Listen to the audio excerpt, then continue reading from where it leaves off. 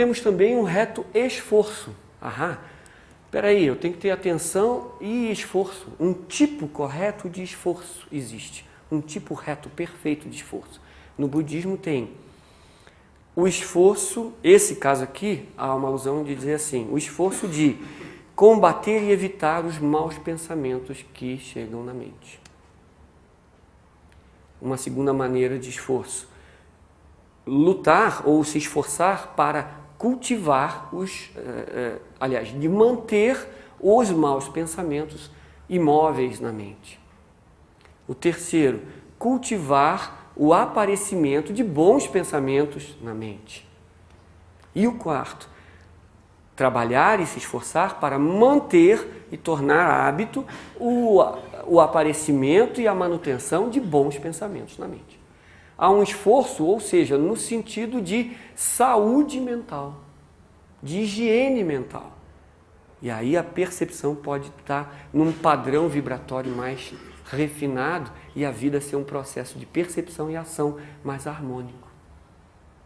Esse é o trabalho do reto esforço. Então há um esforço em uma determinada área. E aí o trabalho da concentração, que é o poder, como comentamos na yoga, de botar a mente aonde gostaríamos que ela estivesse. E aí inclui, ou seja, são coisas complementares. A concentração vai permitir que esforcemos numa direção perfeita para que, também com plena atenção dos seus estados, se tem pensamento bom ou ruim, se a emoção é nociva ou não, possamos agir com sabedoria, plenitude. Então, esses 3 passos no budismo são de saúde mental. Parece que aqui, saúde psicofísica, há um trabalho a ser feito na yoga.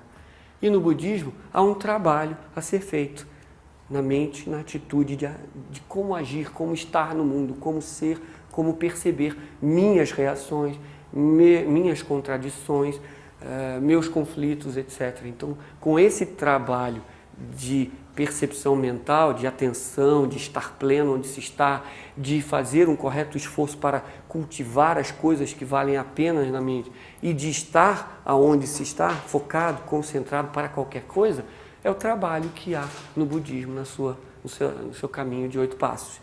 E no último, que aí transcende no budismo a questão meramente mental, ele coloca uma coisa interessante, o reto pensamento e a reta compreensão. O que é o reto pensar? Não é o pensar no sentido do eu, do sentido psicológico. Tem 2 tipos de memória que nós podemos identificar. Uma é aquela psicológica, é aquela que alguém pisou meu pé, esse alguém quis me machucar, esse alguém é meu inimigo, eu vou cuidar para quando eu me relacionar com ele, porque ele está querendo puxar o meu tapete. Isso é uma memória psicológica de eu gosto ou eu não gosto. Eu quero aquilo outro. E nós pensamos de maneira deturpada que vai ser comandada pelos meus gostos e meus desgostos pessoais. Então o pensamento fica contaminado com a estrutura de egoísmo em movimento, que só vai ver as coisas como produto do seu gosto, ou do seu prazer, ou da sua dor. Mas o pensamento real é o pensamento lúcido, equânime, sereno e não mais de interesse em benefício próprio ou benefício de outro. Ou de malefício do outro que eu acho que é meu inimigo. É um pensamento equânime, uma razão serena e igualitária e universal. O pensamento, ele existe, nós estamos aqui como consequência do ato de pensamento. Mas o pensamento, com plena atenção, sendo colocado com o reto esforço de cultivar as coisas sadias em sua natureza de memória, de bagagem, e focado, concentrado como uma lente que os raios solares incidem no planeta, mas quando eu quero, eu uso a concentração como uma lupa para focalizar todos os raios solares e chego até a botar fogo em alguma coisa de tão intenso que é a luz e o calor naquilo que é colocado. Então, essa capacidade mental possibilita o reto pensamento, aquele que pensa equanimemente, universalmente, sem o contágio do eu, sem a contaminação de uma estrutura de memória que só quer saber de si, vendo-se separada dos demais e que busca isolar o mundo de si, trazendo tudo de bom para si e o que for de ruim eu quero longe de mim, de preferência para o outro. O pensamento pode ser algo lúcido, cristalino, uma atitude de vida que não seja parcial, que não seja subjetiva, e sim equânime, objetiva, direta, eficaz, porque é justa, porque olha a partir da consciência que compreende, da consciência que vê as coisas, está no mundo vendo a realidade não distorcida, a realidade perfeita. Aí ele é equânime, ele é justo, ele age, ele pensa com o atributo mental que lhe é característico, mas o reto pensamento equânime, sereno, justo, equilibrado. O pensar é inevitável, pois agimos em relação.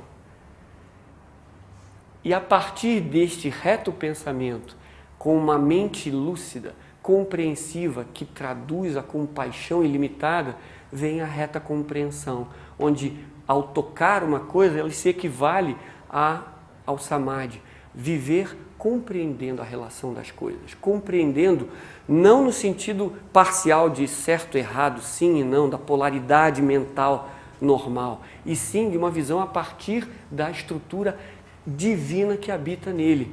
Lúcida, pois ele organizou a sua natureza de percepção, a sua vida, e agora ele é um reflexo de uma realidade e pode compreender em plenitude aquilo que ele bota a sua atenção, aquilo que ele entra em contato. A reta compreensão do Buda é a compreensão de compaixão por tudo, amor intrínseco à divindade inerente, respeito, reverência ante aquilo que de sagrado habita em nós. Essa beleza, essa sacralidade, essa reverência de uma compreensão da vida em sua essência fundamental, que é a expressão da divindade, é a visão da compreensão do Buda. É a visão da compaixão plena, pura.